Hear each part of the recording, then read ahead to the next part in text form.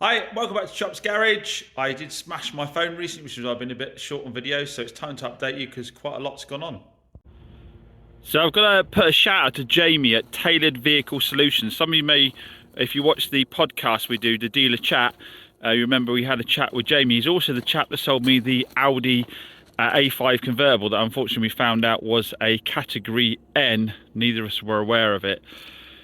That car actually turned out to have an oil pressure issue with it as well. So the customer that did that deal with him well and truly knew what they were doing, and despite the fact that they, when he questioned about the category status, tried to say, oh, you know, you're spoiling the buying experience for me. You know, he knew exactly what he's doing. Dodgy as hell. Like I say, in this game, unfortunately, no disrespect to anyone, it's the public I've become to distrust more than dealers. Anyway, Jamie messaged me and said, I've got a little Golf coming, too many miles for me, would you be interested? I said, yep. They always do well down this way, Golf, diesels. This is a GT, so it's a nice spec car as well. He sent me pictures of it. Alloys a bit crusty around the edges. Car was a bit dirty. Had a good service history, but it was coming up due an MOT as well. As it's a DSG, I asked him about DSG service history, and it's got a good DSG service history. I said, but it made me a bit nervous because of my experience with DSG so far. He sent me pictures of the inside. Lovely suede interior with the sports seats. Really nice. It's got cruise control, everything else. Anyway, so 106,000 miles. Too many miles for Jamie to retail, but you guys know I don't mind doing that on cars like this. And he said I can drop the car down to you as well. So we did a deal, and I was all set to receive the car when I started getting videos from Jamie, and the videos included him taking the wheels off, sandblasting them, and then painting them. He's a professional painter, Jamie. So I now have beautiful gunmetal grey alloys on this, and they're not only painted on, it's not the outside, it's the inside of the rims as well that are painted. He painted the calipers when he did it, so it tidied the look up as well. So fantastic. Now, as if that wasn't enough, I then started to receive videos from him where he was doing a DSG gearbox service, because he's also a very good mechanic, a DSG gearbox service and an oil and filter service on it. So, oil and filter service, DSG gearbox service, refurbished alloys. He then had it valeted, and then the icing on the cake, MOT'd, advisory free. So this car has come to me like 100% retail ready. What an absolute gent.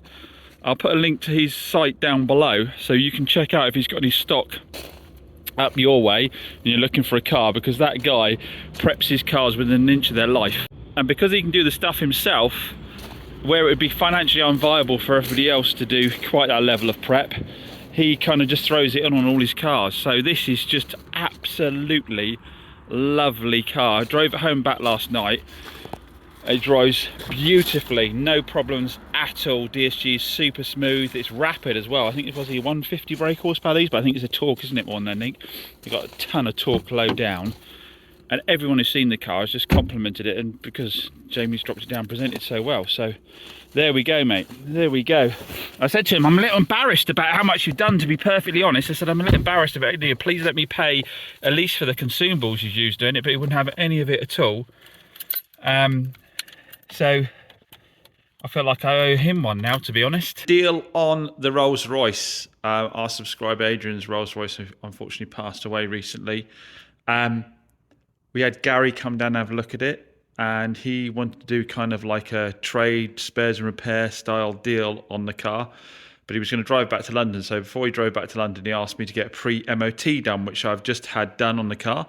It would fail an MOT currently, and it would fail an MOT for the washer fluid motor. So that needs changing out, so it's got washer. But other than that, it would have actually passed the MOT with advisories, which would have been very light corrosion to brake pipes, a slight oil leak. I wouldn't call it a leak. I was underneath the car when we did it. I'd call it more of a weep from a seal. It wasn't dripping or anything like that. It was just a little bit damp. Slight play in near side wheel bearing, slight blow on exhaust balance tube. Parking brake did not lock, but achieved 16% requirement or whatever it was. So yeah, not bad for, what is it, 45-year-old car, whatever it was. So I let Gary know the news, but he has actually now booked in at somewhere extra for a pre-purchase inspection.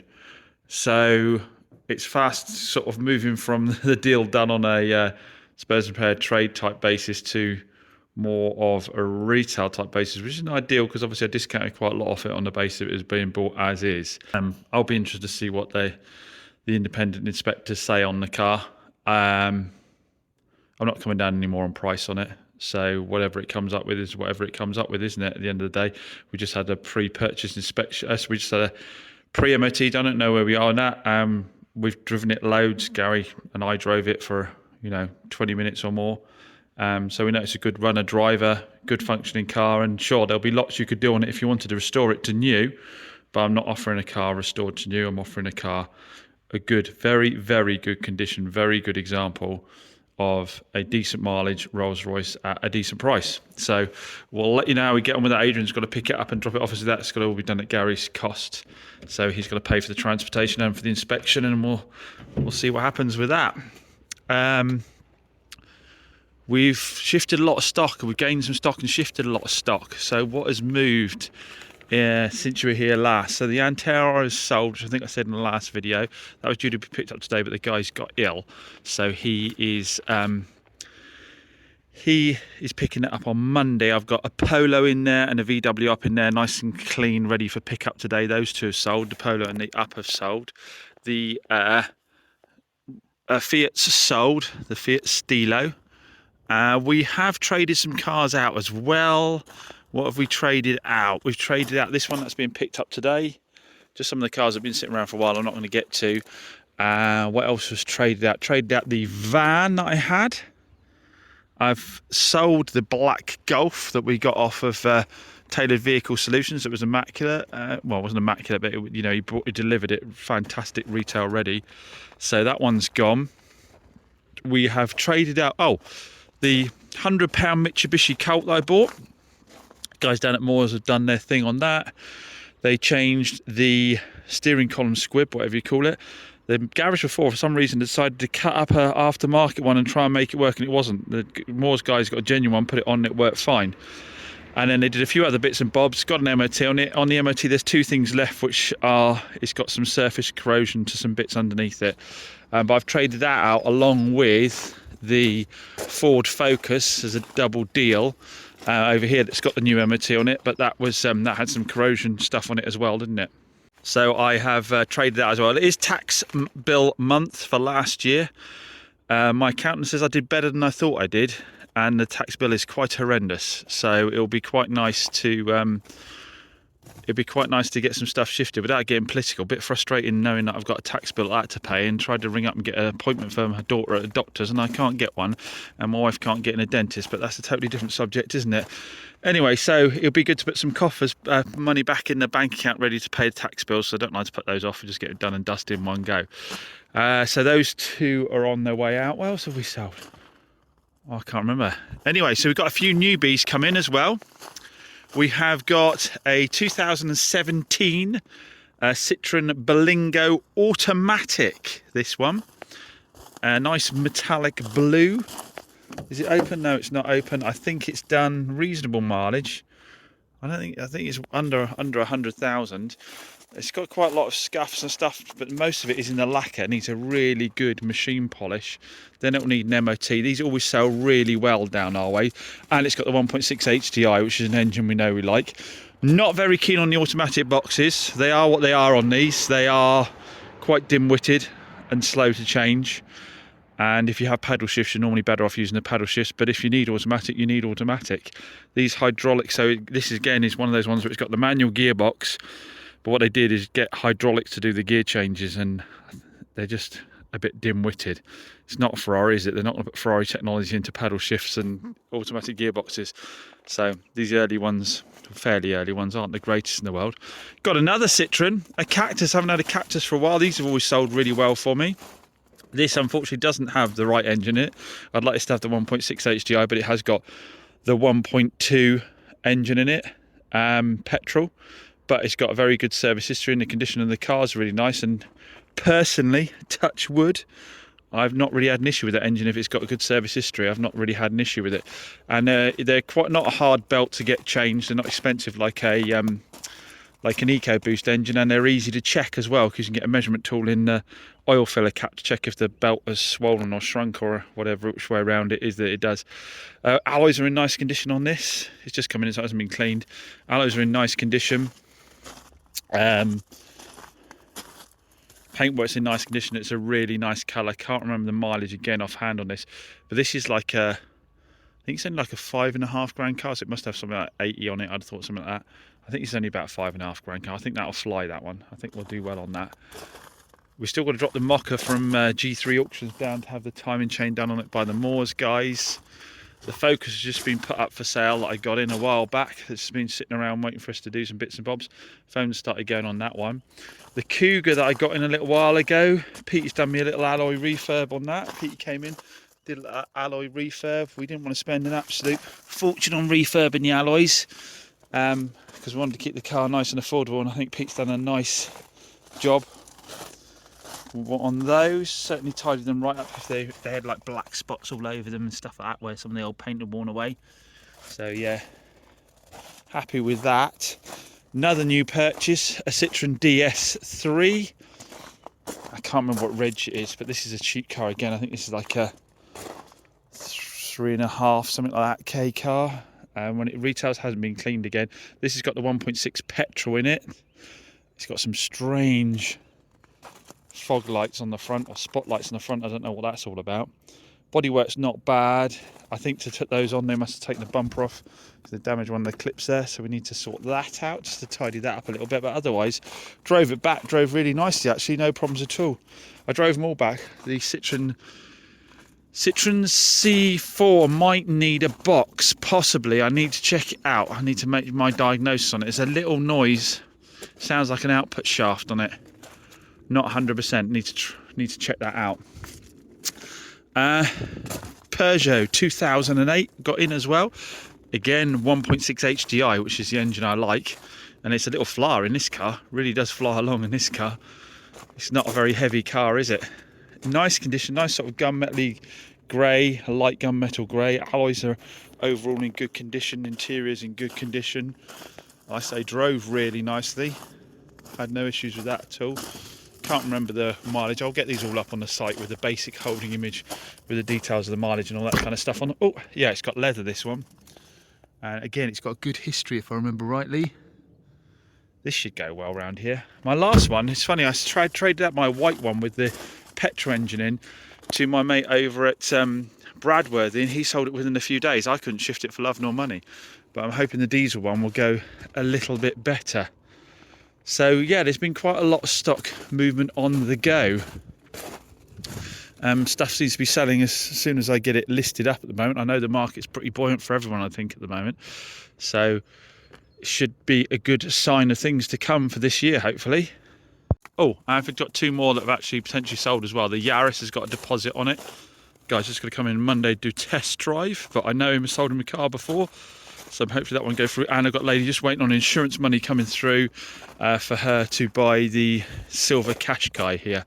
So in terms of what we'd have left up for sale at the moment, be the Mazda 2.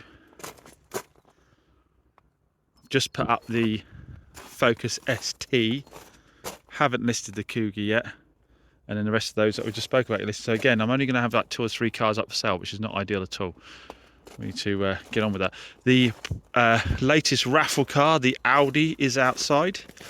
So this is the 2011 Audi with like 45,000 miles on it. Full service history. We've got it up on the current raffle for just a couple of £1 a ticket. And a portion of the proceeds of that go to North Devon Hospice in remembrance of Adrian, our subscriber. So yeah, I'll put a link in the video description down below for anyone interested in getting involved in that. Speaking of which, I got a really lovely set of pictures the other day from the lady that runs Ability FC. If you remember, that is a football club for those with special needs that we supported a while back with one of the raffles. And she was so chuffed with the money because they had to cancel their normal trip to Wales because they didn't have enough funds. Well, the money that you guys raised by entering the raffle actually allowed for that trip, and they went on it the other day, and she sent me some photos. I'm going to try and get this on screen for you now. So it just shows the difference that, although we're not a big channel, the difference that those kind of those raffles can make to people. Oh, and speaking of the raffles as well, another car that we're going to be donating money from specifically for a charity was the 106 Peugeot GTI. I've just had word from Moores. They've just finished doing the repairs on that, and it's freshly MOT. So we're going to pick that up on Monday, bring it back, give it a valet, and hopefully we can get that tucked up inside somewhere. This one's got to go down for welding for the chap that wants to buy this one. So we'll get this out the way. I was hoping the Rolls-Royce would have gone by now because I don't like having it sitting around because it is in such good condition. I don't want it to get marked up. Plus, it takes up a lot of room. So, and I need to decide what I'm doing with the Barchetta. But we're waiting on the rubber seals for the fuel rail, aren't we? Before we do too much with that. Yeah, I'm hoping to clear some of these out at the beginning of this year. Clear some of these cars out and create a bit more space. There goes off a nice happy customer in their Polo. So it's first handover of the day done. Petey put me onto them, good friends of his, lovely people. His lad's second car. Went for a VW Polo. Expensive cars for the age and miles they are, but VW stuff is. So next one out is going to be the VW Up, which again is going to a lovely local family again. Missed out on a car with me previously for their first daughter. So when they wanted a second car, they kept a close eye on the site, and as soon as it popped up, they gave me a bell. So we will get this one out. This turned out to be a lovely car. Flew for its MOT, this one, without any issues at all. I think it needed a bulb. So I got away with low prep costs on this one for once. For once, the MOTs have been crippling me recently on this older stuff.